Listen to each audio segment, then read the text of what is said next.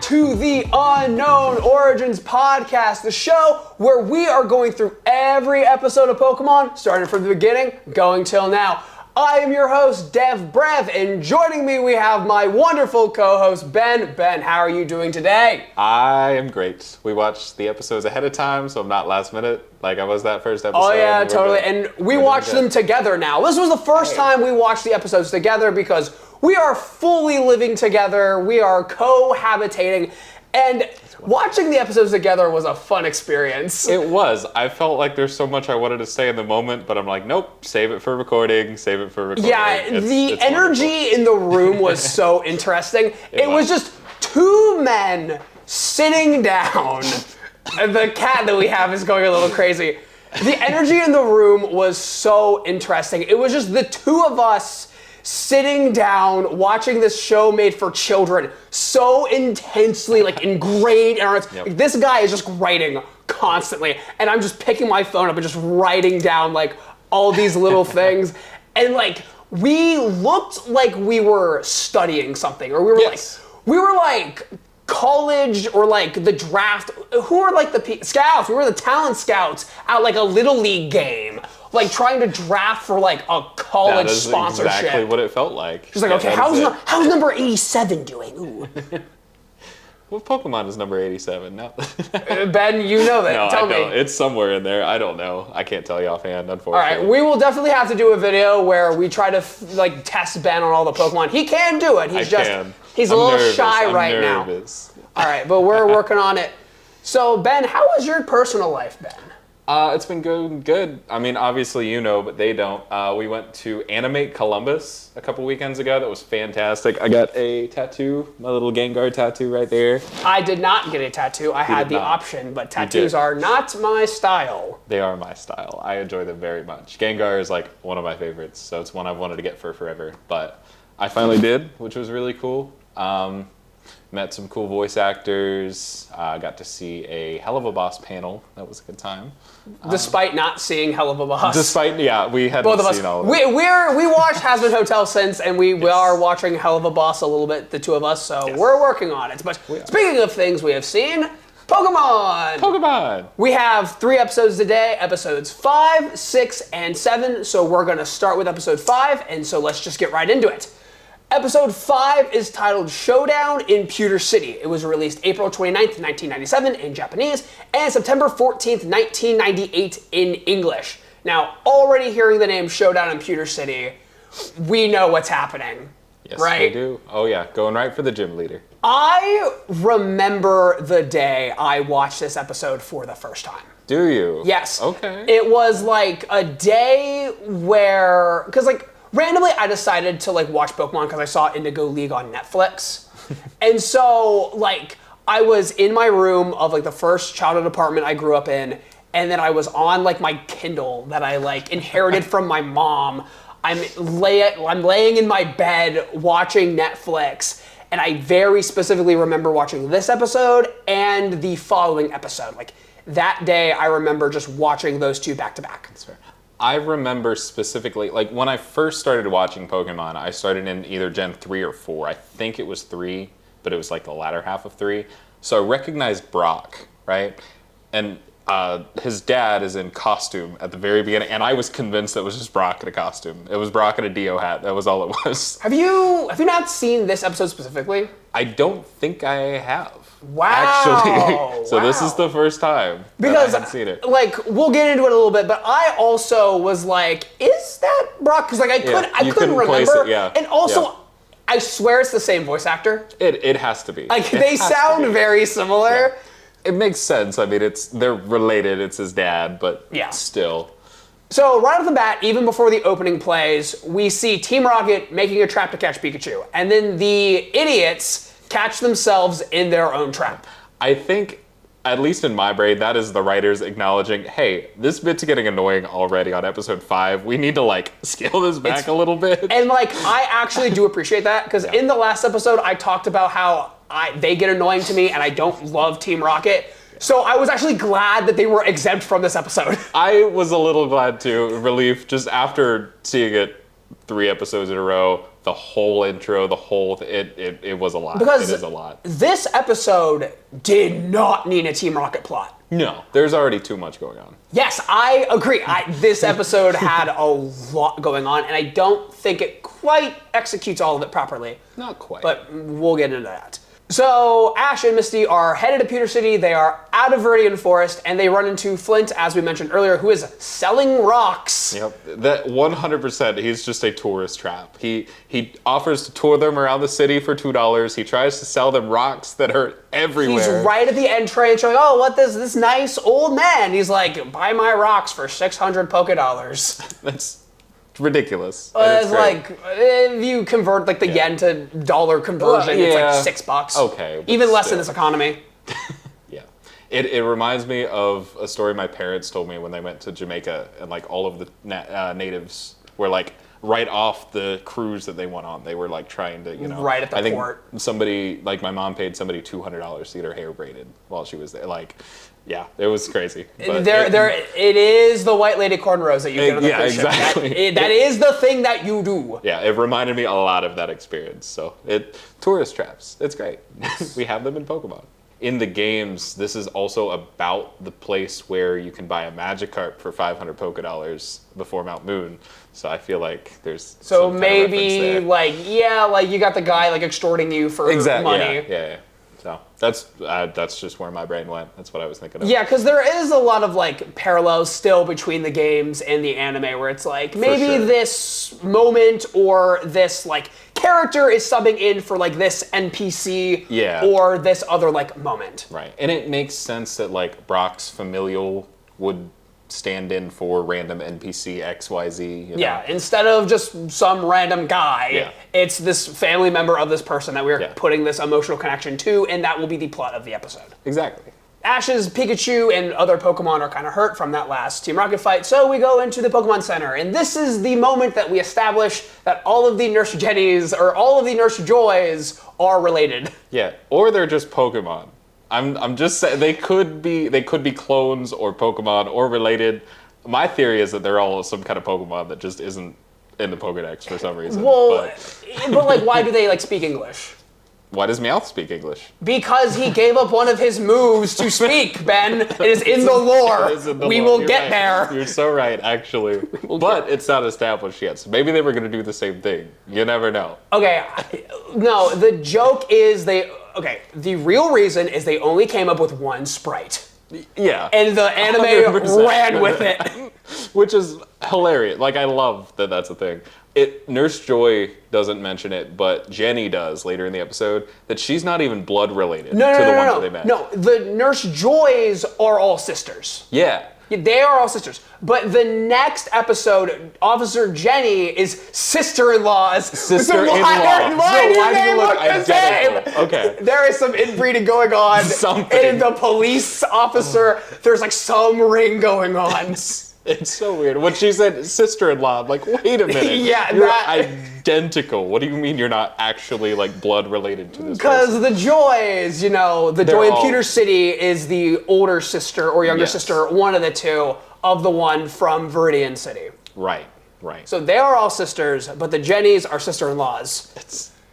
But, if family matters aside. Yes. Also in the Pokemon Center, I thought this was really neat. There was a poster for like the Pokemon League, or as they were calling it, the regional championships. Yes. And the poster, like at first I was like, that reminds me of the TCG. And I was like writing that note, and then I realized, wait, there are literally the energy symbols from the card game TCG, on the poster. Which is awesome. I did not catch that like ever as a kid, that they had those like references to you didn't watch the episode. Well, I didn't so watch you this wouldn't episode, watch it. But I don't remember like any references to like the cards. Yeah, right. Like, And like, it also like, I didn't look into this, but if that was just the like Pokemon TCG video game box art, I wouldn't be shocked. I wouldn't either. I don't think it was. I feel like that image is like ingrained in my brain because I played that game a ton, but it's similar. Yeah, it was just like a Pokeball in the middle with like a blue swirly. Yeah. And then like energy's coming out. Yep. Which it's just the energy symbols from the card game. Yeah, and at least like we have basis for like the TCG symbols being like established, because the TCG symbols are kind of like weird. They are. Especially with like the way that like they're denoting things. Like bug is also grass. Bug is also grass. And like fighting is also rock. Yep. Fighting is rock and ground, and poison is also kind of psychic, Psychic, kind of dark also. And dark didn't even exist at that point. Dark didn't exist at that point, that's true. And then randomly they're like, no, we'll actually bring in dragon and fairy. Those will still be a part, but... And then like there's no dragon energy, that doesn't exist. Yeah, dragon energy doesn't. But fairy does, and it came out after dragon. Not anymore. Okay, not anymore. They took it out for psychic again. That's so weird. God, consistency would be nice, but... I'm not a card game player, so I can't say much. Anyway, Flint laughs like Shirotabi from Ghost Stories. I also You heard that? I did. So, quick context. Ben and I watched Ghost Stories. We watched the rabbit episode because that's about the only episode of Ghost Stories really worth watching. And if you are not familiar with Ghost Stories, look it up. I really don't want to get into it. But the rabbits from the rabbit episode, Shirotabi, there's a scene with a girl where the girl is like, I always remember his funny little requests. Touch me. His reprimands, touch me harder. And then the first thing is, I remember his little laugh. And then he goes, It's the weirdest laugh, but he doesn't exactly. Flint does the laugh. Oh. It would kill me if that guy was Shirotabi's voice. There's no way. There is no way. It's on screen right now if it is. Or if it isn't, it's on screen. Yep. The reason why Ash is in Pewter City is because the gym is here. Yeah. So Ash goes to the gym specifically without getting help from Misty. Yeah. But Misty really wants to give Ash help. Like, she is insistent that, Ash, I should be giving you help. Yeah.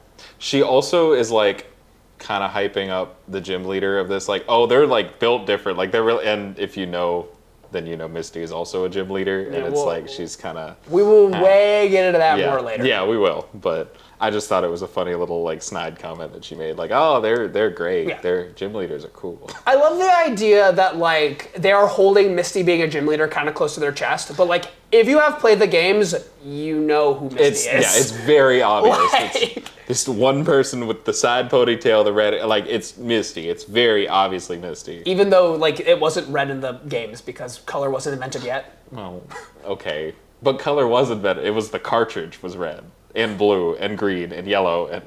Yeah, anyway, the color wasn't invented yet in Game Boy terms. In Game Boy, in Game Boy Land, color did not exist. Yeah. So Ash goes to the gym, and we meet Brock! Brock, character from the games. He's the first gym leader you run into. His name is a pun on rock because he uses rock-type Pokemon. His dad's name is also Flint, which is another like rock pun, which I think is funny. Is there not a guy in Gen 4 who's like the he's Flint? Yeah, it's Flint. Okay, cool. Yeah. Yeah, I connected that earlier today. I was like, wait a minute, isn't there another? They just took that same name. Like, all right, you're now the. I think it's fire also, like. Maybe it is the fire. I was thinking it was the rock type, but it's not. You're right. I haven't played a lot of Gen 4. I like touched Brilliant Pearl. What's the Pearl one? Shining Pearl? Brilliant Diamond and Shining BDSP. Pearl. Yes. I was like on the right track, and I was like, no, the one with Palkia. And then I was like, put Pearl in there. Wait, that didn't sound right. BDSP, yeah. I played a little bit of Shining Pearl, and then I was like, no, stuff happened.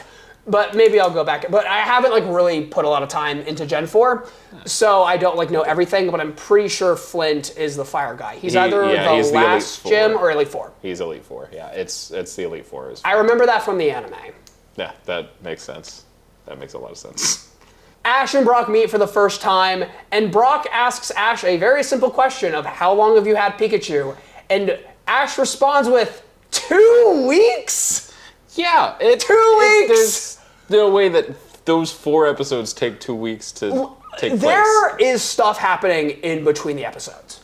There is. Because I can count on like one hand the amount of like day cycles I have watched happen in the 4 episodes we have watched. It's like 3 days. Like total. You see day and night happen. Yeah. Because like episode 1 is like Ash wakes up and he leaves with Pikachu. And then the sun starts to set, and then we have all of episode 2 happens at night. Yeah. So then the next morning, Ash and Misty leave, and then there's like a day-night cycle with like Caterpie and Pikachu. Yep. And then they wake up.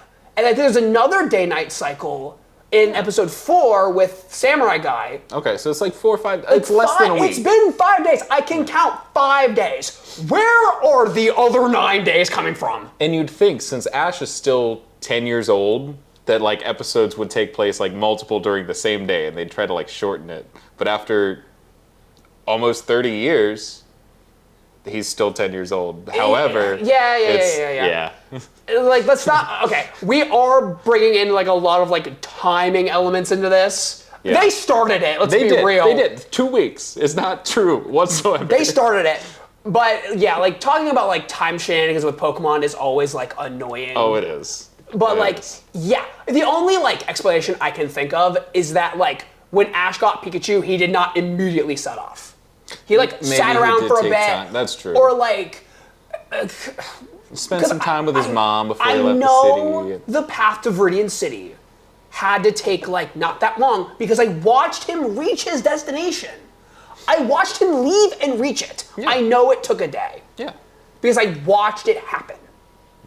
Unless we like showed up in the middle of it, and like Ash was like dragging Pikachu for like 3 days. Like, come on, get over there. My other thought That's why it took so long, because he wasn't walking, because you're dragging him. He's dragging.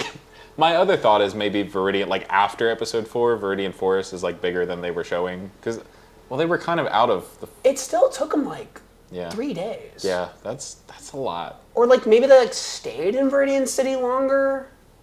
And like they just like time skipped around it. But anyway, we are calling bull on the 2 weeks. Yes, there's no way. There's no way that Ash had Pikachu for 2 weeks. Anyway, that actually makes the point like less, because the point that Brock is making is like, you are still green, you are not ready. Like, oh, you've only had your Pokemon for 2 weeks. But if we're saying, oh, it's been 5 days, that's even worse. Less, yeah. We do not believe in Ash at all, neither does Brock. So Brock and Ash have their first battle, and Ash sends out Pikachu against Onix, and there's a really fun part where Pikachu was like really scared of Onix. Yeah, that was cute. That was cute. Like it's a cool moment. Like, and Onix being sent out like and it's just like this big intimidating or like rock like that's awesome. Yeah, like it's really cool to watch. The anime does a really good job of like putting into perspective like height and size of Pokemon. Because like when you're playing in the games, it's just like, oh, it's like a little like snake rock. But like when you look in the like the anime, it's like, oh, it's this big thing that I could like ride on. Yes. Not a ride on, it's an Onix. You know what they meant. But yeah, like Onix is a lot more intimidating when you can look at it in scale. Yes, definitely. And it like really binds up Pikachu. Like Pikachu is hurting. Yes. And Ash ends up surrendering that fight. Yeah, you can't run from a trainer battle. Like, come on, it is established in like the game, first. You cannot run. But they do that like multiple times throughout this episode. He just crazy. Like he just gives. No, it's fine. I lose. Pikachu taps out. The sleeper hold is too much. Like Gunther at WrestleMania 41. So that is Ash officially receiving his first loss in the anime. And it is not treated as a big deal at all. Of course not. He'll grow. He'll you know. Okay, so we have a lot going. Let's just establish all the things we have going on in this episode. Okay. There is Ash getting his first loss to Brock. Mm-hmm.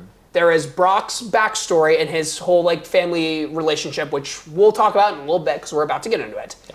There is like kind of some stuff with Misty like in the background. That like is a little bit, and then like there's Flint and his stuff too.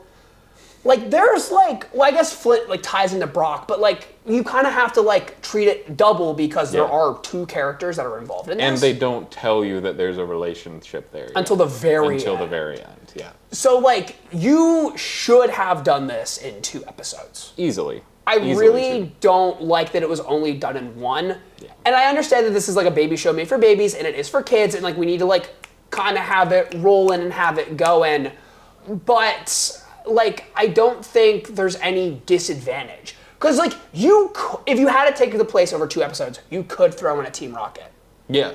You definitely could have, instead of just leaving them in the whole episode. Yeah, because now you're even giving more time. You could have like an A plot be a Team Rocket for one of the episodes, or like a B plot be a Team Rocket for one of the episodes, and then have the A plot be the loss, and then blah, blah, blah, whatever. However, you have to, like, finagle it and give your time properly. But just doing it like, okay, so like there's this guy and like Brock and he's got this family and then Ash, he's losing and he's got to figure it out. He's got to beat this guy and then blah, blah, blah, blah, blah.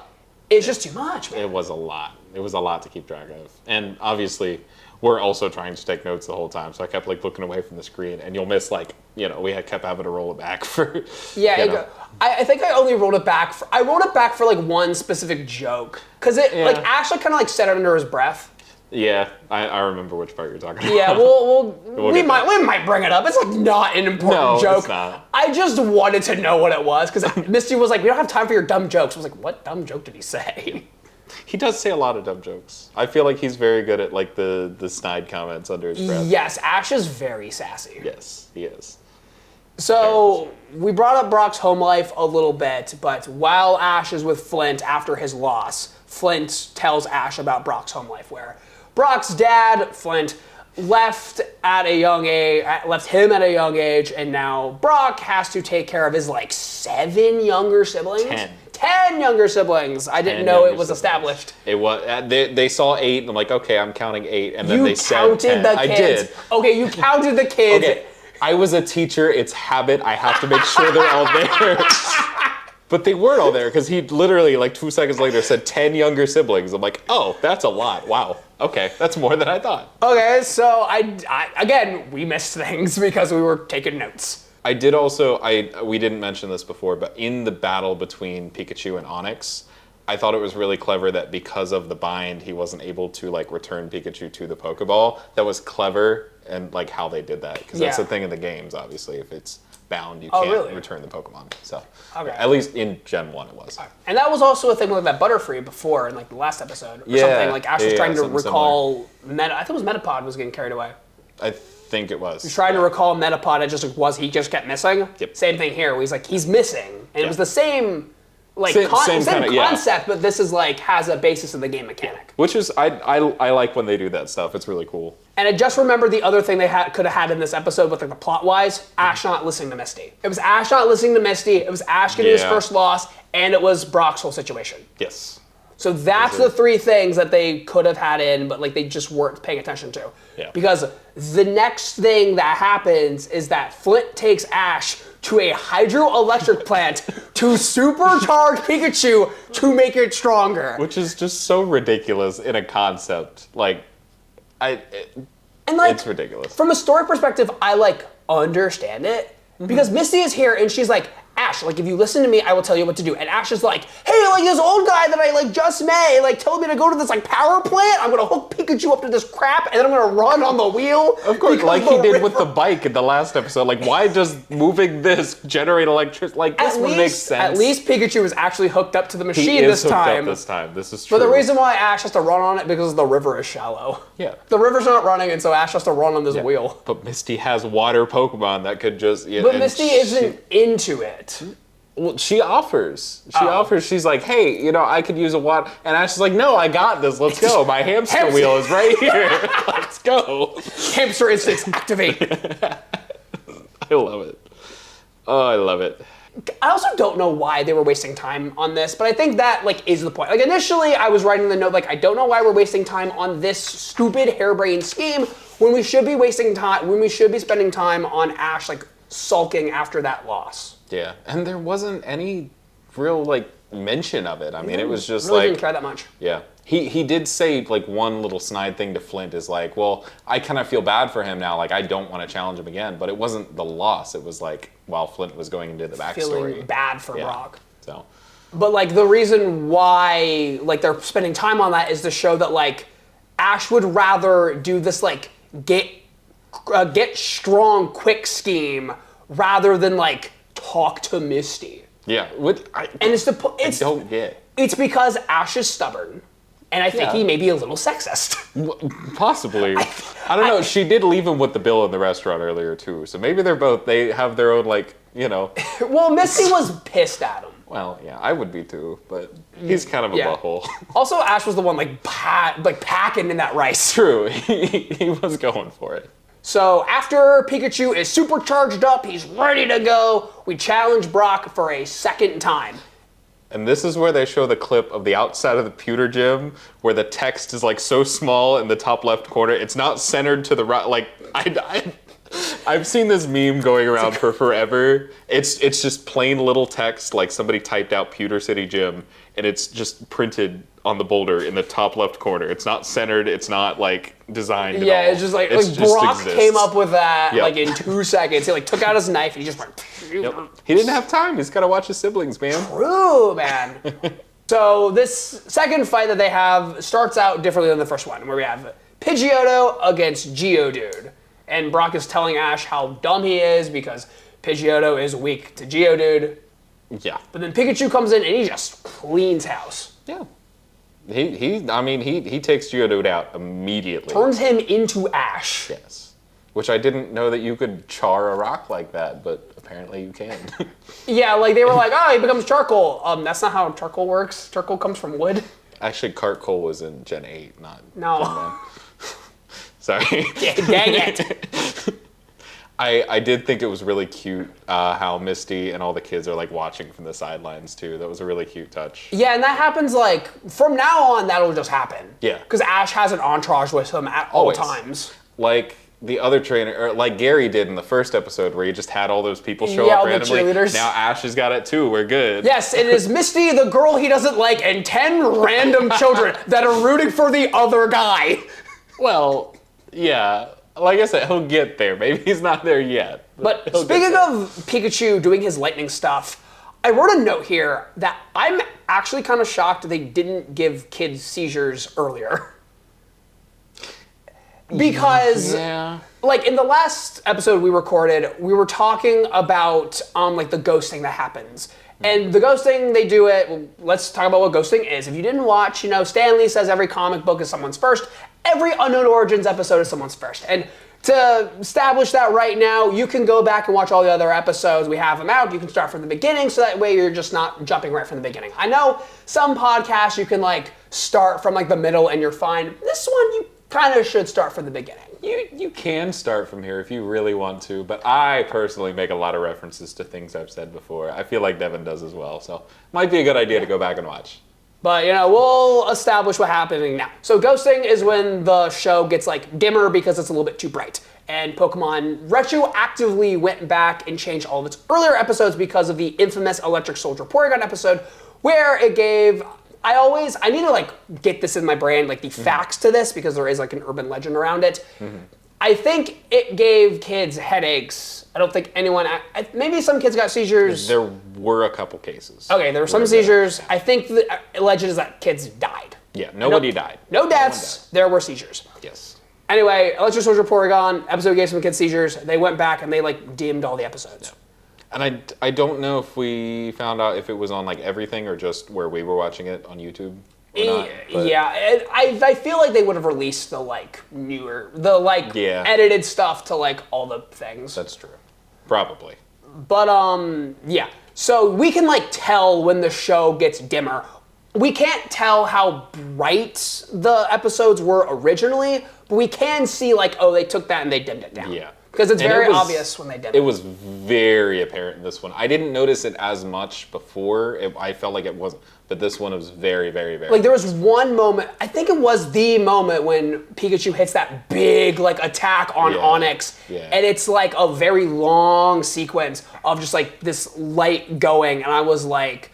I think that was where I made this note where, like, that's a little, like, concerning. Like, you can understand why they were like, yeah, we're doing all these, like, white flashing lights because electricity, going. We get to this episode and we go, okay, red and white. Bzzz, strobe. For a second, I thought our TV was going bad. Again? Not this one. No. One.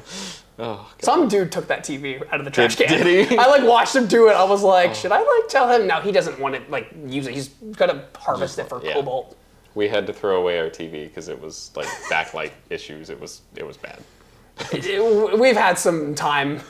It's been months between podcast episodes, guys. Been a couple months. We've been dealing with some stuff. There's a rabbit, there's a cat. Like, there's way more stuff. There's a leak in the ceiling. There is a leak in our ceiling. We'll figure it out.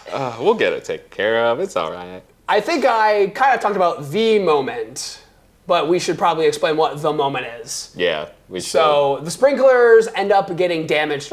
They were on fire at one point. Yeah. I think Pikachu did an attack. It was probably during one of the lightning strikes, I'd imagine. But also, the system that you have to prevent fire caught fire. Yeah, like the pipes the were irony. on fire for some reason. Right. Like, how does metal and water Like catch metal fire? and electricity caused fire, and then that set off the sprinkler system. Yep. And then the sprinklers doused Onyx, and then Misty, who was there and wants to help Ash, is like, "Hey, Ash, electricity or water conducts electricity," and then. She actually says that water makes rock Pokemon weaker, was her exact quote. Well, I mean, And I don't understand. That's not an incorrect statement. It's not, unless you're using Water Sport, the move that weakens fire Pokemon specifically. It doesn't affect rock type. But rock type Pokemon are weak to water type Pokemon. Yeah. And as we'll see later, I think like the Pokemon can't generate the water. I think they need to be in water to do it. Because when Staryu was using Water Gun in like the next episode and the episode after, it's like standing in water, and then it's using Water Gun. Yeah, because it was outside of the water and it jumped into the water before it used. Then used Water Gun. So I think it probably depends. There are some that they will change that as time goes on. God, they will not stick with that. No, definitely not. But I feel like certain Pokemon might have like some kind of, this is a gross way to put it, but like fluid sac in their body that they can. Just that happened to not be one of them. I don't know. Yeah, Staryu's like, no, I don't got room for that in me. Yeah. I gotta suck it up through one of my little points. Yeah. But anyway, you've definitely seen this moment before with the Onix, where the water's coming down and then Pikachu hits the. Is it a Thunderbolt or is that Thundershock? I think it's Thundershock. Thundershock. He's still too low a level for Thunderbolt. At some point, he does hit a Thunderbolt. Oh, then maybe it is. I heard Thunderbolt at some point. Maybe it is Thunderbolt then. I didn't write it down. So. At some point I think I have it in my like notes on my phone where like I wrote Thunderbolt. I know he does a Thunderbolt at some point. Yeah. So Pikachu hits the move. Onyx is weakened by the water and then he's hit by it. This is not a scenario that would happen in the games. God no. There is no way. How would you? How? There's no like environmental stuff. Yeah. They kind of introduce it for a second in Gen 6, but it's like very, very, very, very minor. It's weird.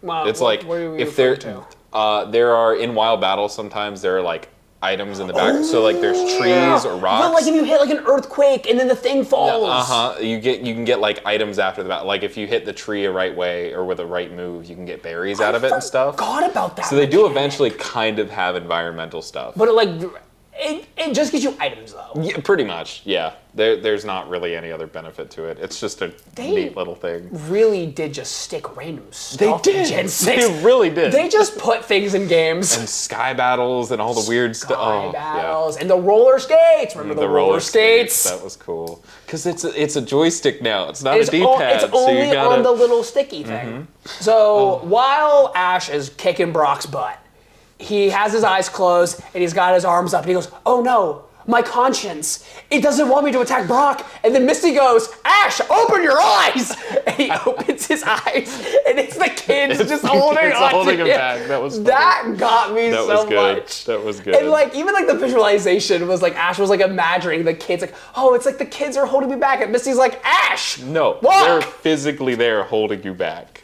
It might also be your conscience, but like, look down. No, like the kids are stopping you. Yeah, that was good. And so Brock's siblings are like, "No, don't hurt our brother." And then Ash was like, "You know what? I think the sprinkler thing was kind of cheap. I'm going to come back and I'm going to beat you on my own, Brock." Again, running from a trainer battle is not an option. Dude, you can't have a conscience in the games. We're already past the point of no return, man. If you do it once, you can do it all the time. Okay. So Ash doesn't actually beat Brock. Sorry. Excuse me. Help. So Ash doesn't actually beat Brock. Not in the first time because he surrenders, not in the second time because he walks away mercifully. Yeah. Technically, he does not beat the first gen. Like, he could have, but he just didn't. He was very close to doing it, but he technically does not. Which is funny, because in Gen 2, even if you beat the trader, two of them are like, "Nah, you don't get a badge, actually. I'm just gonna..." Sorry. It's just it's a stupid little tidbit that I threw in there. But there's the dragon trainer, and then I think Whitney's the other one that like throws a temper tantrum. It's like, no, I'm not giving you the badge. Oh yeah, you have to like go get her, right? Yeah. I do remember that now. I think, is it Claire the dragon? I think is her name. I could be wrong. Yeah, she's like related to Lance or something. Yeah. But yeah, no, it's there are 2 trainers in Gen 2 that are like, nah, you beat me, but you don't get one. And then every trainer in the anime for Kanto is like, here, you didn't actually for free. beat me, but here you go anyways, it's fine. Present for you. Bye now. Yeah. I don't remember how many of the badges do that. I know it's more than half. That like he doesn't actually technically beat the gym. Well, we're gonna figure it out. We're gonna see them all, and we're gonna roast them all. We're at 1 out of 1. 7 more to go. 100% so far has not beaten the gym. One. And I'm gonna tell you for spoilers for later, it's not looking good for Ash. It's not looking good for Ash. Nope. My minor behind the scenes difficulties. My camera shut off. Some idiot forgot to plug it in. So if any of the shots look different, that's why. So we took a 10-minute pause. We're back. Anyway, we were talking about Brock giving Ash the boulder badge. Yeah, even though he definitely didn't earn it, but like, that's But okay. you know, I think the last thing I was saying was Brock was like, hey, you kind of had me beat there, you can have the badge anyway. Yeah. And then Flint shows up, and Flint reveals that he is Brock's dad. What? That's crazy. I had no idea. It's not like they sound exactly the same. No. It's not like they look very similar. No, it's like he's Brock just- in a beard is Flint. It's Brock in a beard and a Devo hat. That's it. It's Whip it in the shape. Shape it up. Just not do that.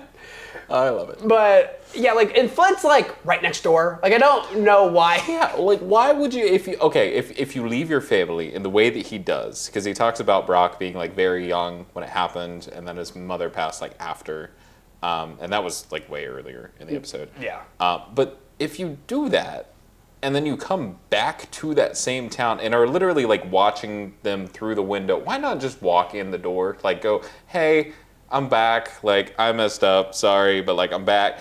No, he's selling rocks. Rocks outside of town. He has his new rock family, and I guess they're all good. They don't need the Brock family. They have the rocks. Yes. Yeah, close enough. Yeah, it's good enough. And he does talk about the shame he didn't want to come back. But there's a point, right? Where it's you could have said you know what, I'll let him live his life, and then you could have went away. But you went over Next there. door. Down the street. You could have helped. You sat there being oh, I'm such a bad dad, I wish I would have stayed to help him out. I'm gonna be over here though, up with the sell these rocks. You want these rocks? Here. It's just, I feel it's more shameful to be yeah, I left him. I just decided not to. I know they were in a rough situation, but I still left him anyways. This poor kid. He's doing a good job. I just wish I could have done something to help him. Anyway, I'm right here though. Looking in. Oh, you're doing a good job there, Brock. Keep it up. Yeah. It's how good of a person are you really? Not at all. But Flint comes back and he's like, Brock, you need to follow your dream because you've been taking care of your siblings long enough. I finally realized the error of my ways. You should go with Ash. You should live your dream because Flint tells us that Brock's dream is that Brock wants to breed. He wants to breed with everything he sees, apparently. As that is established. Come up, there are 2 perfect girls for Brock. Oh, there are so many perfect girls for Brock. But Brock wants to be a Pokemon breeder, which is a trainer class in the games. Yeah, it was a trainer class. He's nurturing by nature, obviously, with 10 younger siblings, so it makes sense. Even though Pokemon breeding didn't exist until Gen 2. That is true, yeah. The eggs daycare. And the daycare. Yeah, eggs weren't a thing yet. Well, the daycare was, but you couldn't put 2 Pokemon in. You could only put 1, and it I didn't play a lot of Gen 1. That's fair. Actual Gen 1. Yeah. Well, even in Fire Red, they brought it back. Okay, the daycare is after you beat the game. You can get to the one where you can put 2 in. But this one right here, you only get 1. Oh, really? Yeah. I didn't it's know the that. one right below Cerulean City. Yeah, I knew that daycare was there. But you can only put 1 Pokemon in there. So. Okay. There's also one in Fire Red on 3 Island. That's the actual. The celibacy. Yeah, that's the celibate daycare. Celibate daycare. The virgin daycare versus the Chad daycare. Oh, God. You can leave 2 Pokemon. I remember when I was a teenager, I'm like, well, how do I level up my Pokemon quick without a lot of effort? And there was a thing where you can actually put your Pokemon in the daycare there. Oh, yeah. And then go into Giovanni's gym, and the floor tiles that like push you. Oh. You can if you do the thing with like a quarter underneath the D-pad, like get it, you can just walk into the wall repeatedly, and you can just get. I did it like overnight, and it got like 30 levels. Sick. On whatever Pokemon it was. So Cool. that fun fact. You can do that. You can do that. There's one in like every game. I went through and looked it up because I was bored. Yeah, and then like shiny hunting when Masuna method in like Lumio City and Gen 6 just hold right and just go. Yep, and you can just constantly. Yeah. And then you got one free hand to do whatever you want to do with it. You just got that one finger going boop. Yep. Oh yeah, that's so much fun. I had spent so much time shiny hunting, especially like Gen 6 onwards. Yeah, they made it pretty easy. They like, did. Gen 6 on. That's why I have like 800 some in my Pokemon home that are all shinies. Yeah, see, here's the thing. I did a lot of shiny hunting. I did not get any shinies.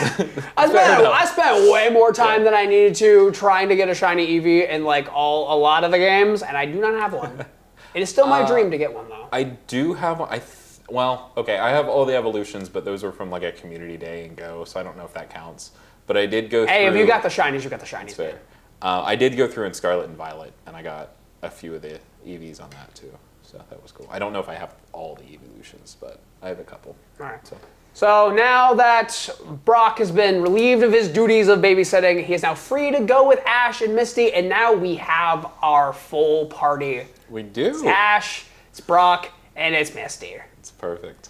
You've Wonderful, got the trifecta. You've got your dumb protagonist, you've got your kind of catty girl, and you have the mom. The mom of the girl, yeah. That's the exactly one what who it is. ties it all together.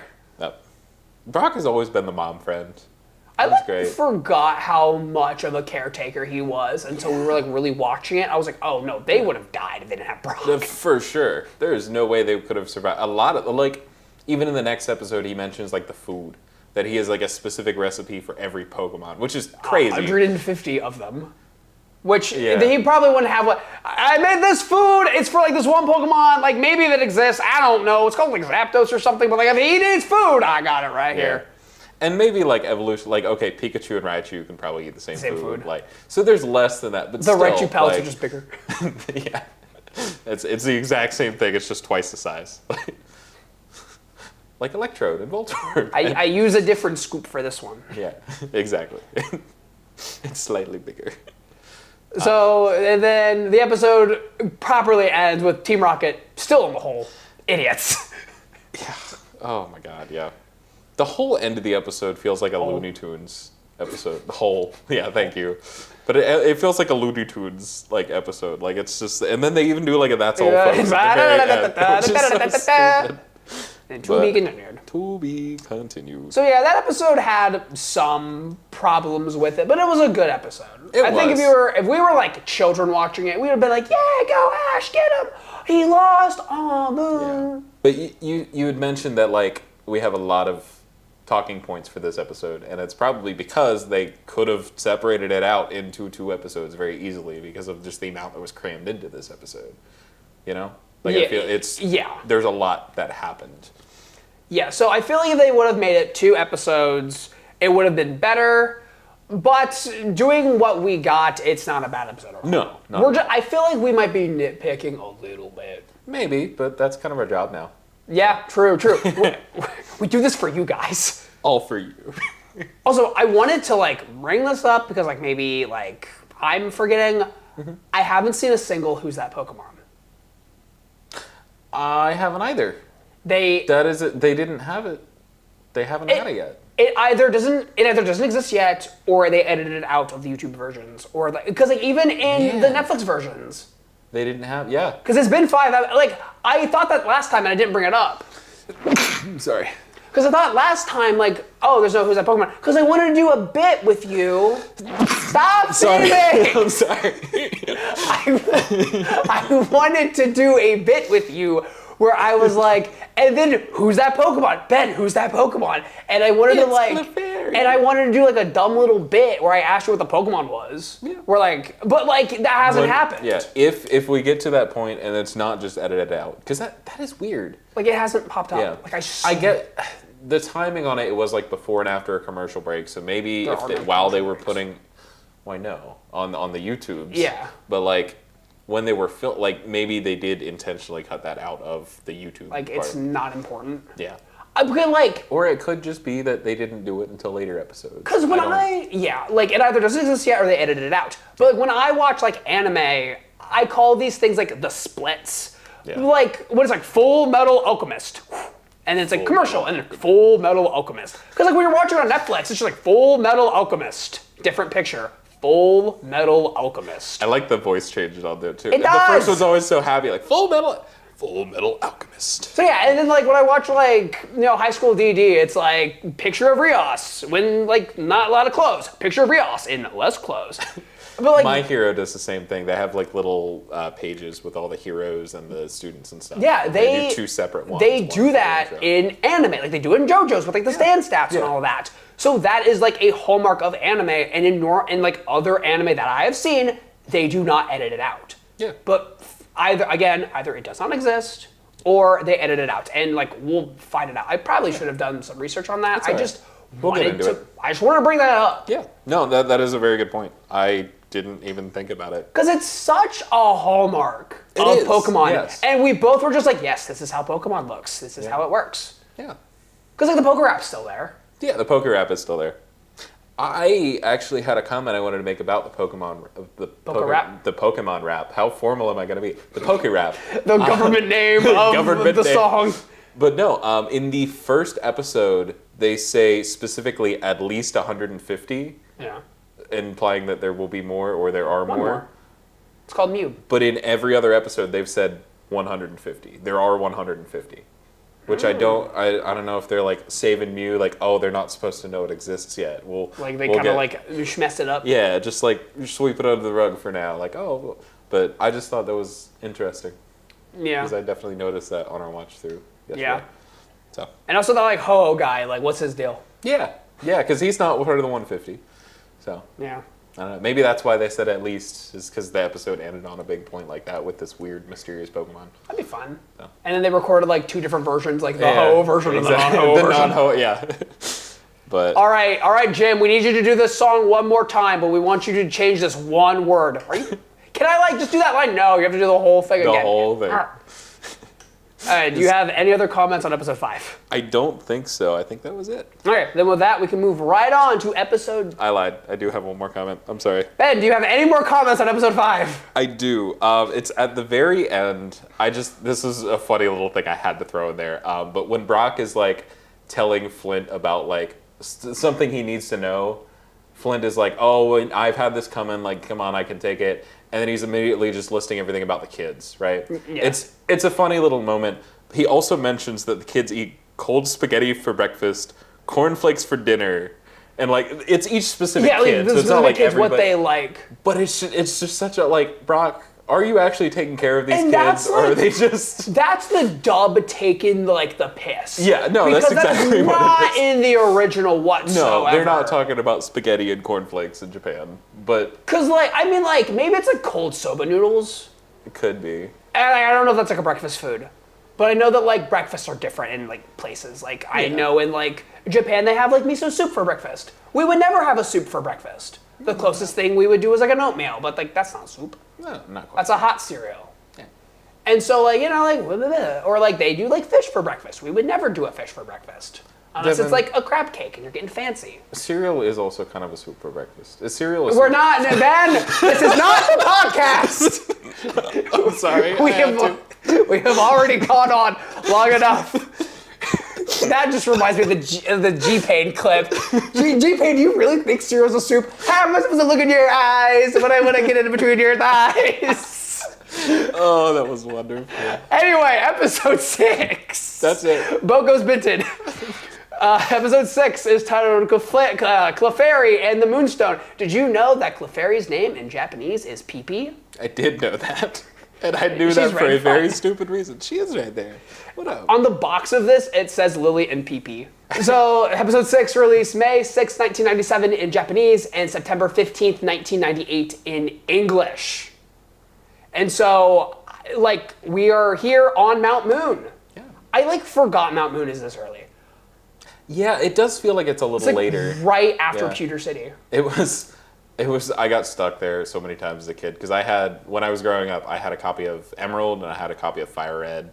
I got stuck in Mount Moon for so long on Fire Red. Like, we're talking years, months, days? Like months. Oh, okay. Like, When I get stuck in Pokemon games, I get stuck for years. I had a Charmeleon at level like 28, 29 coming out. Like I had a Charizard by the time I beat Misty because of it. So Brother, in Soul Silver, I got stuck at that stupid Sudowoodo because It's so stupid. I didn't know how to interact with it. the Sudowoodo, okay, in Emerald, in the Battle Frontier, Yes. there's also a Sudowoodo. It is the only one in the game. I had no idea what it was because I hadn't played Gen 2 yet. Yeah.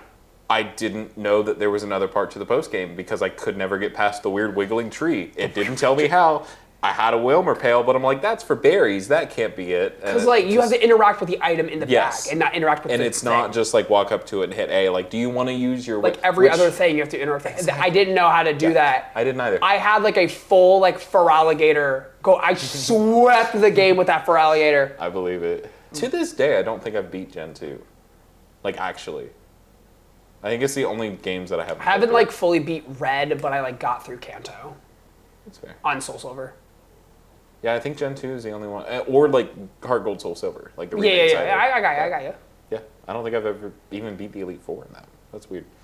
Anyways. You'll sorry. figure it out at Yeah, some point. I'll get it. So I remember watching this one too. I watched it right after watching that last one. I brought it up. I'm just reading my notes now. You're fine.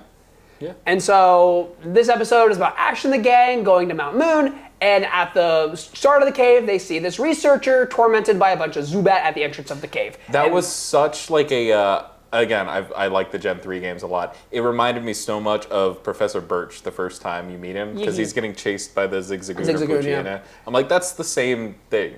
yeah, It's the same thing. Is there a researcher outside of Mount Moon? Because like is Flash in like Red and Green? Like as an HM? Don't believe. I think it's supposed to be like kind of a fossil maniac type character. Okay. Because there's one that blocks your way in Mount Moon. I think it's supposed to kind of be him.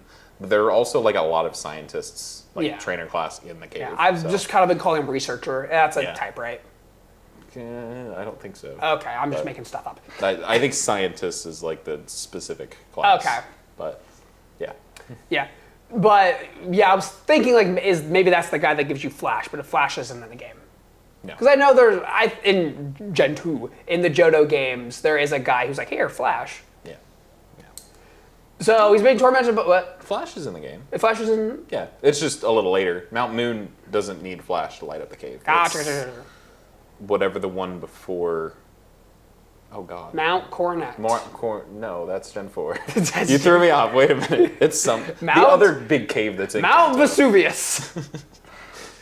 Whatever the cave So, is. I can't. anyway, it's a different one. We'll get there. Yeah. So anyway, this researcher is being tormented by these Zubats, and then that's the bit earlier where like Ash said a stupid joke where he pulls up Dexter, and Dexter's like, Zubat normally hang out in caves, and Ash was like, not these ones. Not these ones. Yeah. That was it. That was the joke. But I like that the anime is accurately depicting how frustrating the Zubat are. Oh my God. Because yes. this guy is like, get them off of me. There's God. like 20 of them. And little like stupid me when I was playing the games didn't know what a repel was for, even though they tell you like 8 times. Like every it'll 2 get rid of weak steps. Pokemon, and I'm like, well, I don't want the weak Pokemon to go away. I want to catch them all. I can't catch them all if I don't see the weak ones too. And it doesn't mean literally every Pokemon you see you catch them. It means every different type of Pokemon. Wait, really? Ben, did you have a box filled with Zubat? I didn't. I had one filled with Poochyena because I really liked Poochyena as a kid. I had literally had 30 of them. Look at me and my dogs. And then like I've never do that again, like in any other game. But I loved Poochyena. He was so cute. But we find out that this researcher is named Seymour, and after Ash and Brock chase the Zubat away, the researcher goes into the cave with them and tells them like, these lights are all strung up, and the Pokemon are getting like razzled out. Yeah. Like the Zubat all left. They also, when they first meet him, he does this weird little like rhyme limerick thing as like a thank you for saving me from the Zoom This guy is such so a weirdo. Weird. So weird. Talking about how all Pokemon came from space, and that's why these Clefairy like Mount Moon and the Moonstones. He's a conspiracy theorist. He is the Pokemon conspiracy theorist. He's such a nut. He's the one that convinced me that Nurse Joy are all Pokemon. Actually, it was him specifically. I talked to him. You talked to him, and he was like, okay, so like, why do they all look the same? Like, they look everything. I know you haven't watched Steven Universe, but Ronaldo in that show is like who this guy reminds me of. Because he's like the conspiracy, like the rock people are gonna get you, and I mean, he's right. Yeah, they are as far as I know about. They are literally rock people. As far as I know about Steven Universe. That's fair. And so once we figure out that there's like a plot and there's lights, it's Team Rocket. Yep. As Team always, Rocket coming in, messing stuff up. And so before that, though, sorry. There's a part where the Paris in the cave. Oh, they're like confused by the light. They're taking them. The whole point of Paris is that it's a crab thing that's been taken over by the mushroom. Well, no, not yet. Parasect. Well, Parasect it's fully taken over, but Paris is like it's still supposed to be like. Well, that's what the lights are doing. The lights are like messing up the receptors so and the what is this of the Pokemon? cordyceps. Is it another evolution of Paris? Or is it like what? Here we go with like the shelter and like why does it look different? Like Slowbro or Slowking, it's attached to different parts. So this Paris that doesn't have the mushroom isn't a Parasect because it doesn't have the but whatever the next gen is called, it will be an Ian form of that. Okay. That'll be a thing they'll do. If you give infinite monkeys infinite time to come up with Pokemon, they will come up with the Paris without the mushrooms. It might be a beta Pokemon, honestly, from like Gen 2. You know how like they have all those beta Pokemon. Yeah. Like, there was a pre-evolution to Paris in the beta Pokemon for Gen 2. Did he not have mushrooms? No, it was a big mushroom with a little like crab on it. Little guy? Little guy on it, yeah. Maybe that little guy is the pre-Paris. It could be. I don't remember what it was called or if it had a name or anything, but I do remember that sprite. Okay. Is the thing. But yeah, the Paris are doing crazy stuff because they're raw man. I just that was the only one that like got me. Everything else is like, okay, yeah, that makes sense. Like cave Pokemon don't want to be in the light. Sandshrew is like going crazy and the Paris are just like, I will take half of my body and put it on them. It's so weird. I don't know. It just weirded me out. You mentioned Seymour thinking that the Pokemon come from space. No, that's Deoxys, Seymour. It's not the Clefairy that comes from space, it's Deoxys. Clefairy, I think, honestly, lore-wise also come from space. But the way he's describing it is like exactly what Deoxys is. Like it came down on a meteorite, and it's the whole like... Yeah.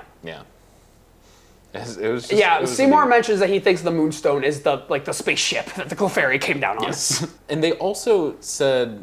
the reason Team Rocket is after the Moonstone is because it like powers up all Pokemon, something like that. And I'm just sitting here the whole time like they don't have a Nido or a Jigglypuff or a Clefairy. It's not gonna do anything for them. It's just what Moonstones do. Yeah, I think there was a misunderstanding there. Come on, Team Rocket, you gotta get good.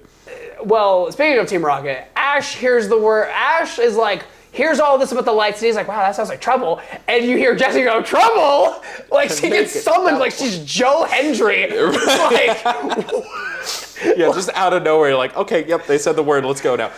They were waiting off to the corner, be like, are they gonna say anything? Ah, there it is, trouble. And they double. Jessie, if he doesn't say it, we're just gonna go, no, he's gonna say it. I'm telling you, he's gonna say it. Trouble? Yep. They also showed, like, around, like, right after the whole Team Rocket spiel, because, it's the same every time. Always. There's a Clefairy that's holding a Moonstone. And I'm like, why is it not evolving? And then it kind of makes sense later in the episode, but it doesn't ever, like, fully make sense. Also later in the series. So, I guess spoilers... We've seen Pokemon before. We've seen Pokemon before. Yeah, like, I'm not gonna pretend like we haven't. No, we all have. Pikachu is handed a Thunderstone, and he's like, no.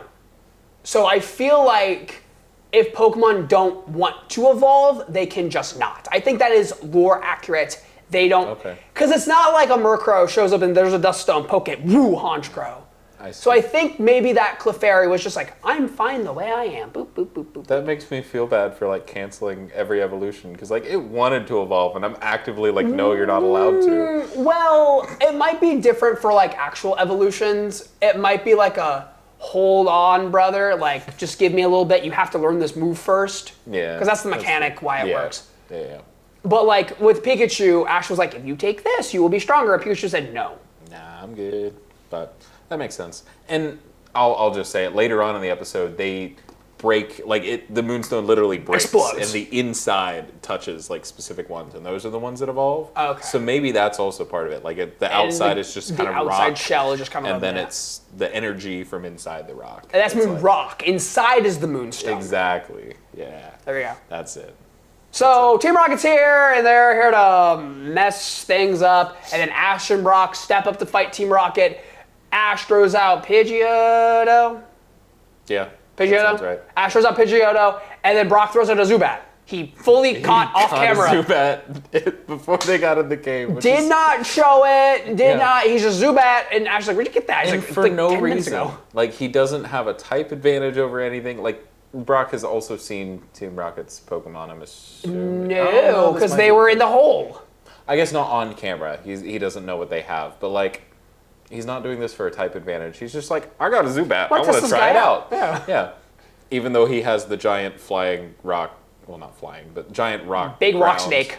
That is good against poison. That is all that. Well, we'll get to Onyx later. The cave might be too small, honestly. It could be. That's a good reason, actually. That's better. I'm going to go with that. So while Ash and Brock are fighting off Team Rocket, Misty and Seymour sneak away, and then Clefairy's kind of leading them forward, and then Meowth follows them. Yep. And then Seymour and Misty kind of tumble out. They go out into the water, and like I was talking about earlier, Staryu, with you when he uses water gun, needs water, and so them being in the river is like the reason why. I think that was the next. No. Staryu thing? The Staryu comes out. Okay. Ben, this is the part where I looked at you and I said, "Do you have the same note as I do?" Oh, okay. Yeah, no, it is. How do you think we get to Meowth inflation? We get to Meowth inflation. I forgot it was Staryu there too. It was Staryu. Okay. So we can go back a little bit if you want to talk about Meowth. No, we're good, dude. I like just yelling at you Meowth inflation with them having no idea what the heck I'm talking about. Meowth inflation. Dear God. Staryu comes out, and Misty's like, Staryu, water gun. And then Staryu uses water gun, and like Meowth starts drinking the water, and he's like getting bigger, like it's a Sonic fan art. I'm sorry, that's crazy. This man. I saw this happen, and I like felt Ben like tense, and I was like, dude, if we have the same note here. We definitely do.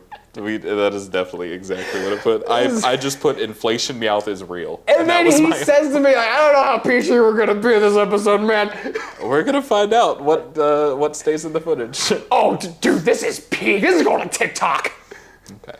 This is also, I know this is like, okay, haha, funny, but like this is also the first time Misty has used a water Pokemon in the water, and it's like actually worked, because she's only ever sent out one of the Pokemon, Goldeen, and it just flopped around doing its thing. At the floor. Yeah.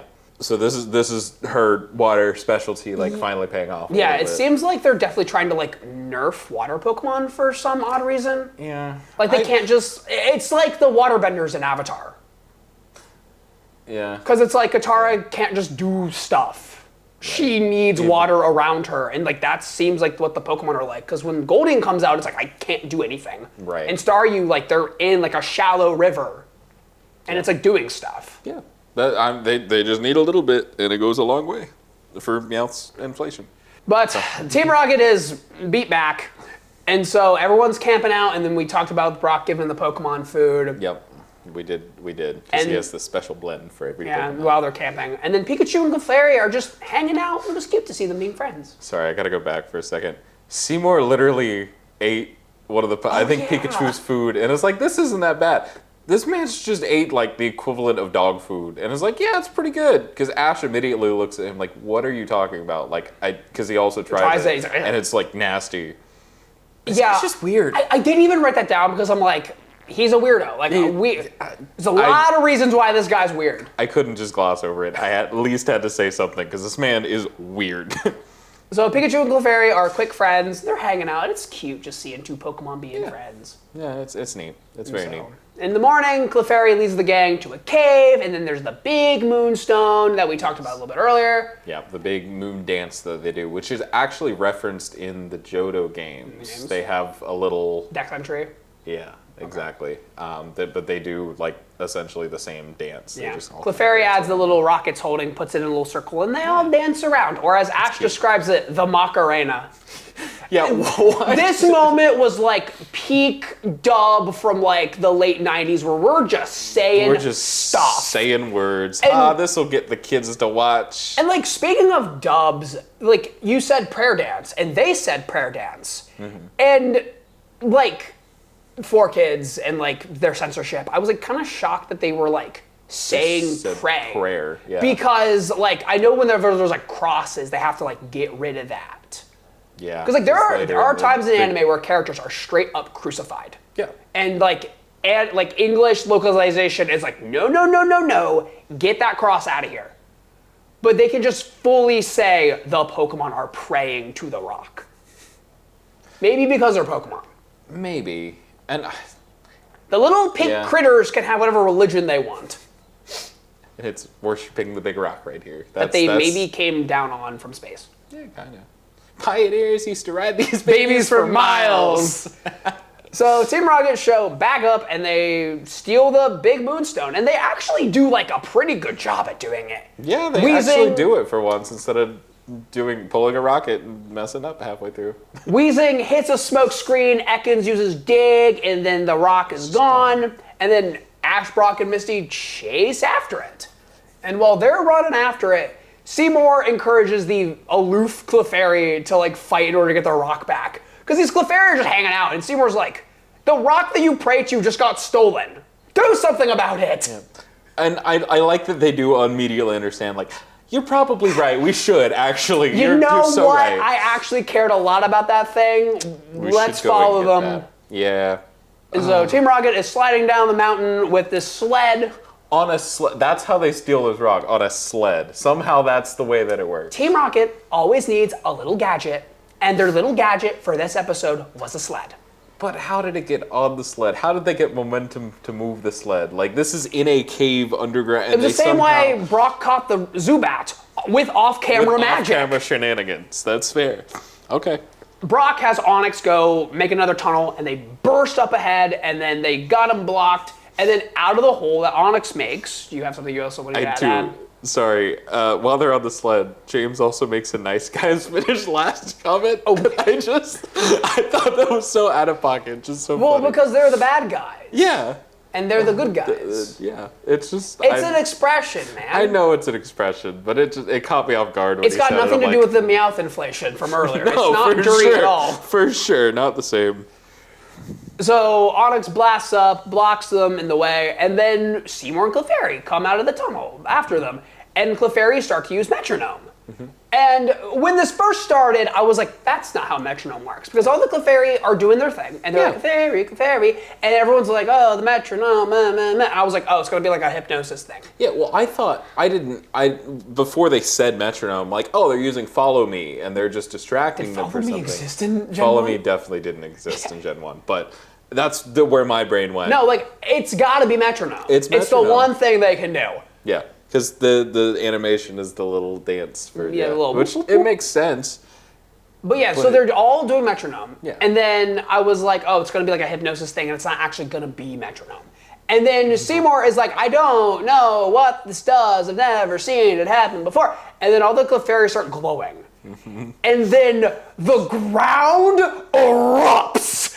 And there's a volcano that is formed. And just... And Team Rocket blast off again in the biggest way possible. Ben, what move did they roll off of that Metronome? Because if you don't know, Metronome is a move where if you play it, you'll get like any random move. It could be like a growl, or it could be like a fissure, which is a one-hit KO move. Yeah. What did they pull? I'm assuming it was Explosion, which is the move that did the most damage in Gen 1. That's not how Explosion works, though, because the Clefairy would pop. Oh, yeah. Yeah, well, that's so true. It's gotta, like, at first, I was like, it's Earthquake. But then the lava plume. hyper beam, maybe? No, but because it's like, that's a beam from them. I don't know. Because, like, fissure makes sense, but, like, why the lava? Yeah. Like, Was it? I saw it as just like energy. I didn't necessarily. I saw it as like specifically like lava coming from the ground. Like they That's summoned very a volcano under Team Rocket. Well, eruption didn't exist till Gen 3. Or like that's the other one. That, I was like, thinking of like Inferno. Yeah, like Infernal Blast or what? Fire Blast. But Fire Blast has like the fire like kanji. I don't know. Like that was insane though. That's a lot of damage. Like they pulled a big move because like with the way that Metronome works, you can get any move. They could have got like a water gun. Yeah. Which in the anime would have been ineffective because they're not standing in water. But they all unanimously got the same move too, that all used it at once. Or it was just a combination of like, all right, this guy's using Earthquake, this guy's using Hyper Beam, this and that combination just okay, they got multiple moves and it ended up being a volcano. Yeah. Combo moves. Combo breaker. We kind of touched upon this previously, but the Moonstone explodes, and then all the parts are falling down, and then some of the Clefairy start evolving, and they're again Clefable, and like I think the reason why only some of them are evolving is because some of them just don't want to evolve. Yeah. Or they just didn't pray hard enough to the Moonstone. It only selected a few. Right. Who knows? That's probably how they'll see it in the religion. Right. So the Clefairy and the Clefable are all hanging out, and they're dancing, and the Clefable are doing a different dance. And then the team's all gonna leave, say goodbye, and Seymour says, I'm gonna live here with the Clefairy on the mountain. Weirdo! Very much. Psycho! This is the equivalent of like, I'm gonna go live with the wolves in the cave and do the thing, and like, it's just, I don't get it. He's probably doing it to like be a researcher and like do science and stuff. But even that, like, you don't live there. Like, you view it, you experience it, but then you go back to your base, like, away from... This man's is just fully like, committing to this Clefairy lifestyle. He is part of their cult. He's dancing around. He believes in the religion. He prays to the stone, too. They have adopted him into the cult. It's like Lord Helix. Lord Helix, yes. That's exactly it. And it's in the same place. And it's a rock! Well, it's also in Mount Moon. Yeah, true. So, as they leave and we get to the end of the episode, Ash is assigned for Cerulean City, that Gary mother flippin' Oak vandalized. This mother flipper. This got me too, because I'm looking at it, I'm like, oh, that's clever. It's that Gary was here, haha. Because I don't remember this episode from when I was a kid at all. So I'm like, oh, that's cute, that's clever. And then they Ash was a loser. Yeah. But then they zoom into it, and I'm like, oh, okay, I didn't have to like strain my eyes to see that. They're just going into it. But it's just like I was trying to like read what it said. Like, the Easter egg. Yeah. But no, it's a part of the episode. Yep. I thought it was an Easter egg. I thought it was clever. I was not. Speaking of things we focus on Misty, who doesn't really seem that into this sign. No, she really doesn't want to go to that city. I wonder why. That's mysterious. So you have anything more to add about episode 6 before we move on? Don't lie to me. That's it. I think that's it this time for actual. Yeah. For realsies? For realsies. For actual that time. So, episode 7 is titled The Water Flowers of Cerulean City. It was released May 13th, 1997 in Japanese, and September 16th, 1998 in English. So, we start, and the team's still on the move. They're going to Cerulean. And they talk about how many more Pokemon Gary must be catching right now because Ash is like lackadaisical. He's ahead. Where are they though? There's nothing in the background. There are no Pokemon along the sides of the route. It's just blank. They're in the tall grass, Benjamin. You can't see the Pokemon. This isn't Arceus where you can see all the Pokemon hanging out. You walk up to that one. This is Gen 1 where they're hiding in the tall grass. Okay. I'll give you that. This guy thinks he's a Pokemon master. I'm just trying to be funny over here, but no, that's fine. You can ruin it. I'm kidding. God. I'm the heel of the podcast now. So Misty is trying to convince the guys like, hey, let's go somewhere else. I don't want to go here. And she's like trailing behind. But Brock and Ash are like, let's go. Yeah, and it's weird to me that she's saying this now. Like, she's asking where they're going, like she didn't just see the sign. It's just because you see a sign for a place and you're on the road to that city doesn't mean you actually like go there. On the road to Viridian City? No, they've already been on that one. It's that way. I was trying not to say it because I was like, I'm gonna break out into song if I do. But you welcome. can be heading in a direction. Like when you're like on the freeway and it's like Cleveland that way. Like Yeah, you don't no, actually, that's fair. it's just in the direction of Cleveland. You don't end up in Cleveland only because you're on the road. Yeah, no, that makes sense. So she's just trying to make sure like, we're not actually gonna stop there. And Ash's like, no, we're stopping there. I wanna go to the gym. Brock says something, and Ash responds as, "We'll never figure out girls," and I just put "Me too, Ash." I think The comment. he takes notes a lot differently than I do. See, I've been doing the whole like taking notes and like reviewing stuff for a while, so I understand every stupid bit I want to make is more in tune for like reaction content. Yeah. But like sometimes when you're doing like a script, you can't sit there and just like nitpick every little detail. Yeah, but I want to, so I'm gonna throw in comments like that. You know what? Anything, you should be leading the episodes from now on if you want to sit here and stop at every little thing. Oh God, I don't want to stop at every little thing. I think you want to stop at every little thing. Okay, fair enough. Maybe I will. So anyway, Brock and Ash get into the city, and Misty is like trailing behind. She didn't get in there with them. And the first thing they do is they see a crime scene. Yeah, and they run into Jenny. Yes, and then and right at the top of the episode, before the opening again, Team Rocket was stealing something, and we've established that this is what they stole. Yeah, it's the same. And Team Rocket stealing something in Cerulean City is part of the plot in Pokemon Red and Green, right? Yes, it's in a house and not wherever it is. This in this like a one, science thing. It's a science lab because it's a giant vacuum cleaner that they stole. Yeah. To suck up water. To suck up water later on.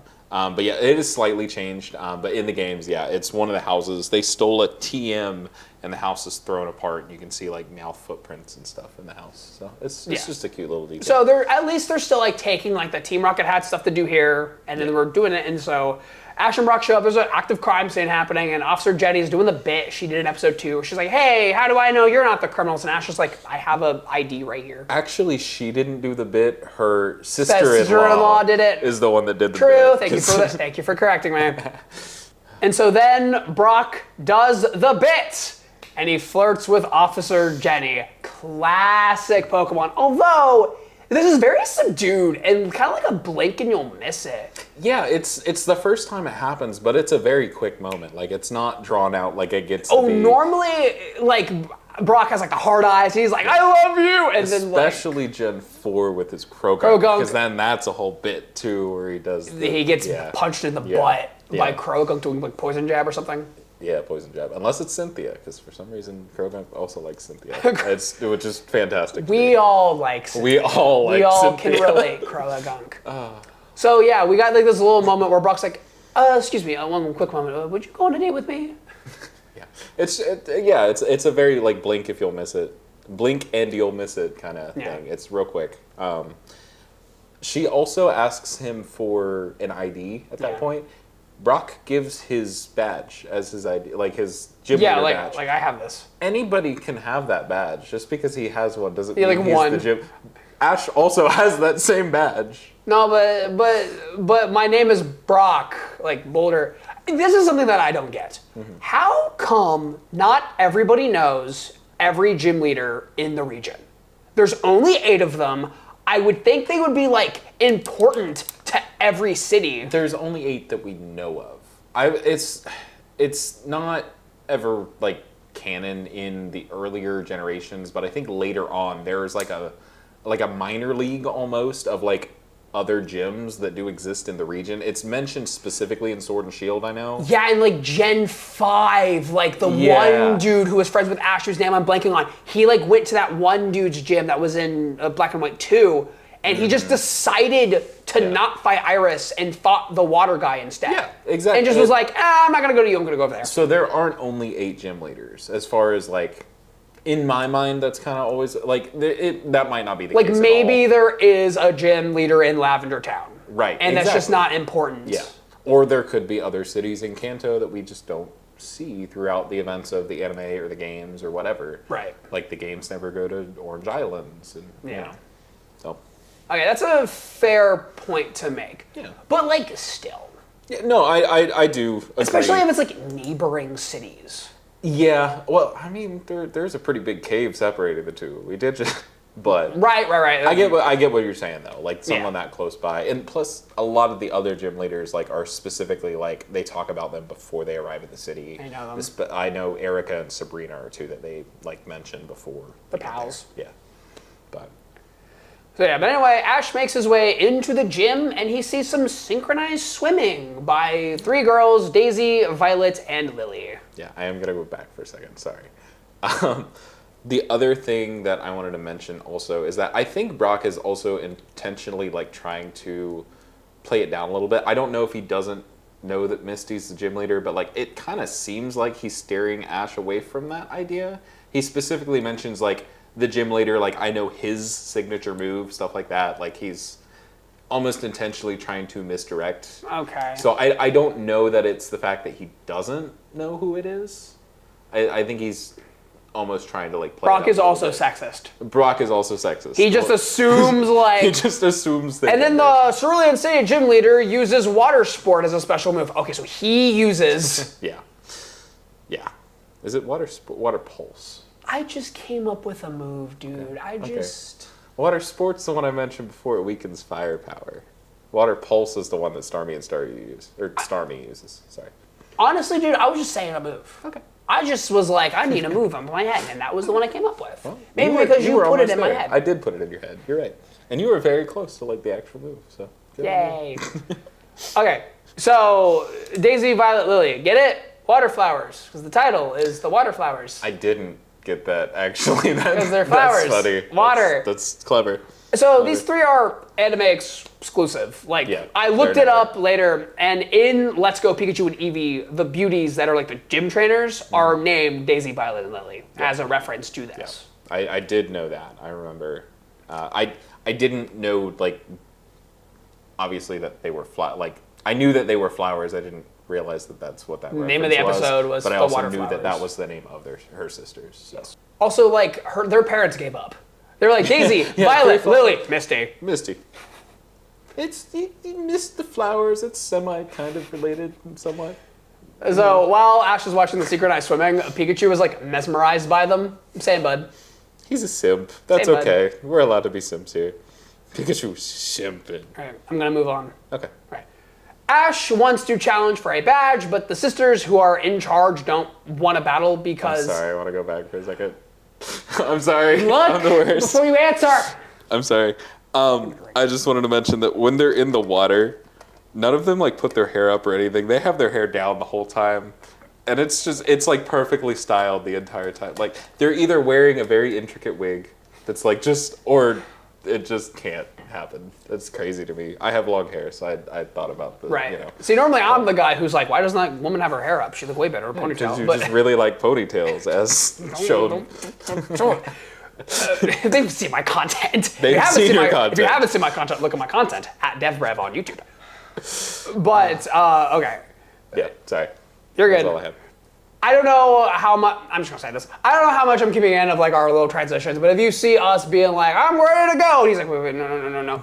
I'm not, I'm just trying to have a podcast. We get along great, guys. Like, I'm not just trying to like push along and be like, I'm in charge here. And he's like, no, but wait. He's just tired. He wants to get this done. I do too. It's 8:37 and I've had a day. There's a leak in my room as we've established. Hopefully that got caught on one of the cameras. Oh God, yeah. Hopefully. So Ash was the challenge for a badge, but the sisters who are in charge don't want to battle because they were beat by Gary, Mother Flippin' Oak, and the others. Another mention of these mysterious trainers.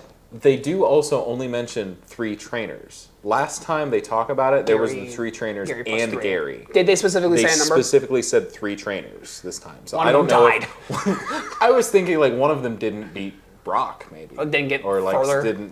hasn't made it there yet. So Ash is like catching up. He's in 3rd place now or 4th place now instead of 5th. You know. Right, Gary, Mother Flippin' Oak. Yeah. So I don't know. It's just a neat little thing. Maybe as we go on, the number will get less and less, and it's just Gary in front of him. Okay, so maybe that's why like we don't know who these people are. Yeah. They're doing. I'm still looking out for them. Yeah, I haven't seen any of them. Because they've been mentioned so many times, and who are these people? Yes. So they just try to give Ash a badge, and he's like, no, I kind of want to like earn it a little bit. And one of the sisters was like, dude, a gym badge is a gym badge. Like, take it. Again, this is the second time that Ash has been just handed a badge instead of... He doesn't actually take it this time. Yeah. This is the second time that attempt. And even the first time, he was like, I don't want to win this way. And Brock was like, no, I insist. Yeah. I feel like if they would have just pushed a little harder, they could have just got him out of their hair and been done. Like, take this, go. Leave. But anyway, but Misty shows up, and she's like, I am the fourth one, so I will battle you, Ash. Yeah. She did it exactly like that. That whole accent, everything. They didn't have the whole Valley Girl accent that they all had for some weird reason. I think, yeah, like, translating Japanese is weird. Yeah. Because, like, they totally have, like, a specific kind of dialect, or they have, like, a specific way of speaking. Like, Tsunderes and Gyaru do not translate well into English. They always get the Valley Girl treatment. That's fair. So I don't know why they would talk like Gyaru, but maybe they do talk like Gyaru, and that's why they were like, we have to give them Valley Girl accents. Okay. Because there are like different ways to speak Japanese. Yeah. And like you can like have different like endings to your sentences. You can like structure your sentence differently. You can say I different ways. That's crazy to me. And like I don't know anything about like Japanese language. Yeah, like I'm not. There's more than 30 different ways to say you. That's crazy. Like, the pronoun game is way different in Japanese than in English. Yeah, so the way that Japanese is translated in English, like, just doesn't really work. So the way that, like, we kind of do it is, like, with accents. Okay. It makes sense. Because, like, there are some anime characters that are just, like, Southern. Yes. And it's like, well, they were using, like, they were using a rural dialect. I don't know what else to do other than Southern. Yeah. Or, like, Joey Wheeler from Yu-Gi-Oh! Where it's like, you're from Boston now. Deal with it. Yeah. I don't know how else to show that you speak differently than everyone else other than giving you an accent. Yeah. And it makes sense that different dialects would have different regional accents from the U.S. because it's in English and predominantly. Yeah, and there's like such a thing as like a Kansai dialect in Japanese, so it all kind of translates over. Okay. Interesting. Yeah. But, thank you for the lesson. Yeah. It's my job. Oh. So... One of the sisters I'm sorry that I didn't learn any of these people's names. We're not going to talk about them anymore, just one of them. Yeah. But one of the sisters implies that Ash is Misty's boyfriend, and this is like the first bit of poke shipping we're going to get. The very first. Poke shipping is like so ingrained in my head. Oh, God. Because I never got into all that, but I'm glad you did. Of all the like female companions Ash has, like the two that are like most likely to actually, I think Misty does like kind of confirm have a crush on him. She doesn't really act on it. Right. And like, yeah, like there's moments where like in movies she's jealous. There's moments where like she's blushing and blah, blah, blah. But like in X and Y, Serena like confirmed has a crush on Ash. Yes. Confirmed actually like kisses him and like all that stuff. We will get there in 10 years we'll get there. Yeah. 10 years, yeah. Pretty much. But yeah, so like out of those two, Serena confirmed like probably is like the best choice for Ash, and then Misty is like there too. Yeah, I feel like I saw more. Maybe it's just because I joined around Gen 3, 4, but like Dawn, a little bit for May, not really for May, but more with Dawn than I did with Misty. Like I saw, and again, I'm not like big into that. Stuff, so. But like Misty's the big one though. Misty's the big one. That's fair. That makes sense. Misty has a lot of moments, and we will get through them. This is like one of the first where it's like, oh, your boyfriend here. And Misty's like, oh, no, he's not my boyfriend. Yeah. And then Ash like falls over. Like, no, girls, Me too. Ash and Misty have their battle, and Ash literally tries to throw Pikachu. He picks him up and like, Pikachu, I choose you. And just shouts him into this swimming pool. And mind you, they are, for some reason, standing on these floating platforms in the water. It's like Keijo. Why not just stand off to the side of the pool? I feel like... No, we're having fun. We're in the pool. Yeah, but like, well, while I throw Onix out into battle, I'm not riding the Onix. Like, I'm not in... He's not riding the Pikachu either. No, but like the environmental effects that we were talking about before, like those can hurt people. I feel like that's a safety hazard. The sisters are there. Okay, they're the lifeguards. Okay. Yeah. No, you're right. Anyway, you're right. Ash has to chuck Pikachu into the swimming pool. He does not want to go. And Pikachu's like, no. And so, and it's because Pikachu doesn't want to fight Misty. Because Pikachu loves Misty. Which is cute. This is totally to nerf Ash. It's 100% to nerf Ash. You can't have just Ash know breaks what it. he's doing. Come on now. I do think it's funny he immediately uses Butterfree because Instead. Misty absolutely Does not despised Caterpie He's and like, Metapod. Butterfree's gonna listen to me. Butterfree's my boy. Butterfree will throw hands. You simp. You can go over with Misty if you like her. Why don't you stand over there on her little platform? Me and my boy Butterfree are gonna kick some butt. But no, Butterfree will throw hands. With Misty He is ready. He is ready. And so Misty sends out her Staryu. Ash has got Butterfree. Butterfree's kind of cleaning house. And then one of the sisters has a seal just on the sidelines. That guy was making me crack up. I literally also wrote "Me Too" seal, and that's all I wrote. He was sending me. He was going or like seal. Yep. That was wonderful. It was hilarious. And so what was Misty's team makeup in the games? In the games, I think it's just two. I think it's a Staryu and Starmie. It was Staryu, Starmie? Yes. Because I was like, why does she have a Staryu and a Starmie? But if it was like that in the both, game, then yeah. I don't remember if there was a Goldeen first. I don't think there was. I might be misremembering though. But as far as I can remember, it was just Staryu and then Starmie. Okay. So it makes sense that she has them both in the Staryu? anime too. Starmie. Can't do it. Staryu? Starmie. Okay, that's cool. But yeah, I guess it just doesn't make sense to me why someone would have like a basic Pokemon and then like the first evolution of that Pokemon. Trainer-wise, it doesn't make sense. For like, the hikers that have like Geodude, Graveler stuff, that kind of makes sense. Mechanic-wise. Yeah. Magnemite, Magneton, different purposes, different things. But specifically like gym leaders, gym trainers, it is a little Gym weird build. to have. Yeah. Or like team build. Yeah. It is a little odd. If you out there are playing Pokemon and you have both a Pikachu and a Raichu, get some help. Like, what are you doing? No one else plays like you do. I don't know. Some competitive, there are some evolutions, or some Pokemon that are better than their pre-evolution. Sorry. In competitive, there are some Pokemon that are better than their evolutions because of like the whole Eviolite thing. Yeah. So maybe, right. Yeah, but items aren't a thing in Gen 1. So it's... But you wouldn't also have the evolution of that thing if you're doing the pre-evolution. That's true. The only case I think even that though, I don't know. I was gonna say Porygon and Porygon, or Porygon 2 and Porygon Z, but even that you wouldn't really have both of them. Yeah, you wouldn't really ever. Team Rocket then interrupts because of course they do, and they have that big vacuum that they stole earlier at the top of the episode. And they're using that vacuum to suck up all the water and the Pokemon in the gym. Yeah, then they suck it all up. And then this is the Thunderbolt. This is the Ash Thunderbolt. says Thunderbolt. There we go. And then Pikachu hits the Thunderbolt. And that, one, when did he learn the Thunderbolt? Like, was it a little bit before this? Or was it like, at some point? In the patch of grass right after Mount Moon. There's a little, that's it. He leveled up right there. He's like, Thunderbolt, bam, done. Cool. And then, 2, Pikachu could have just killed everything there. Oh, very There was easily. so much water. Very easily. And Pikachu was like, Thunderbolt, beep. Yeah. I mean, he got like Jesse and James and Meowth a little bit. Yeah, but they They kind of deserve it. They're used to being blasted off. Yeah, so. And then the machine is destroyed, and everything's cool, and everything's fine, but Ash and Misty didn't get to finish that fight, and Ash was gonna win.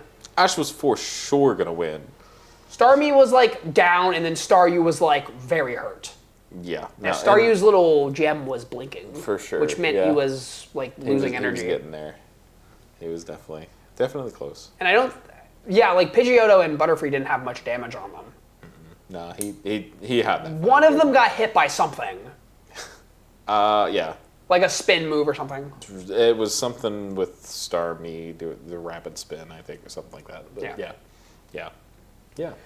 And so Ash gets a badge for saving everyone because Ash can't earn anything legitimately. Nope, that's 2 for 2 that we have not earned badges. Actually gotten properly.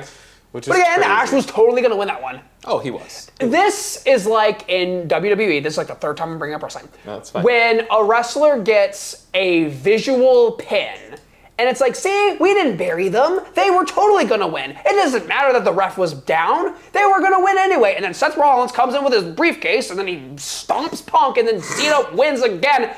I just watched Night of Champions earlier. That's why I'm thinking about it. That match was overbooked. I know nothing about wrestling, so I can't. He was doing something. I was doing something else. So It's at this point where the sisters mention that they got the looks of the family, and they keep throwing so much shade at Misty. And then, like, even at the end, like, Misty is just kind of like, all right, I'll see you guys. Like, I like you. And, like, they make up. I'm like, was this earned? Yeah, they're nasty to her. Like, I don't have siblings. Ben, is this a thing where it's like siblings kind of always end up getting along, even if they like roughhouse and they like bicker, like they're still to family? A certain extent, yeah. But I would also like, if I'm looking at my brother, I'm like, you're ugly, like you're stupid, like it's very obviously like a joke. Theirs was just mean, You don't like think the they're mean joking? spirited. I don't think there was jokes there. It was pretty bad. All right. I So, don't know. what do you think about this episode as a whole? I like Because this was a big episode. It was a big episode. He got his second badge.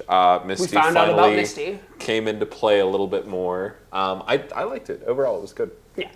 I don't think this was overcooked like episode 5 was, but No. I do still wish it spent more time on Misty.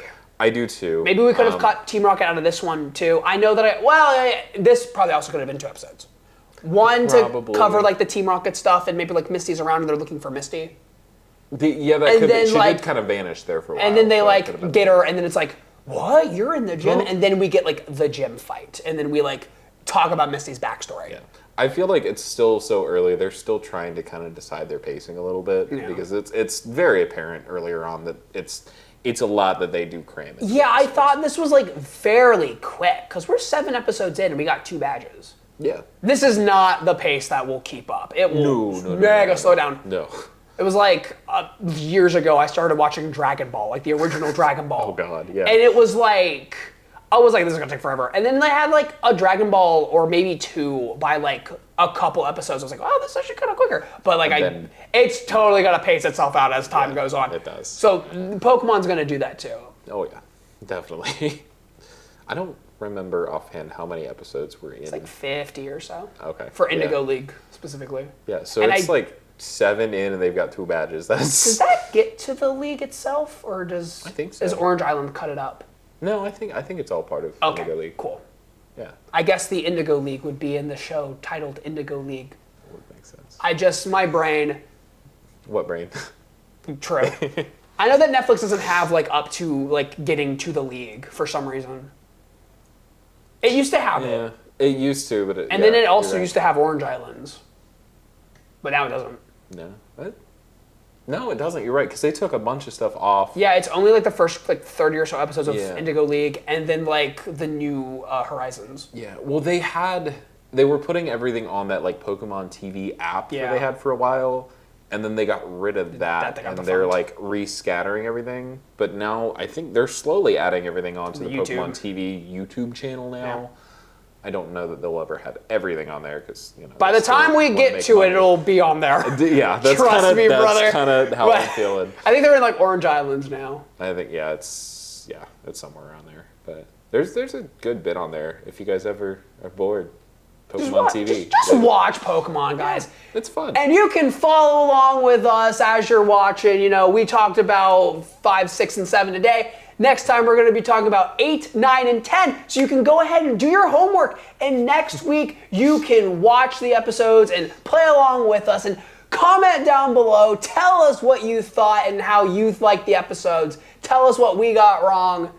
And There's a lot, I'm sure. have anything else to add, Ben? I've got nothing. That was, All right. That was a good time. Then with that, until next time, trainers, gotta watch 'em all.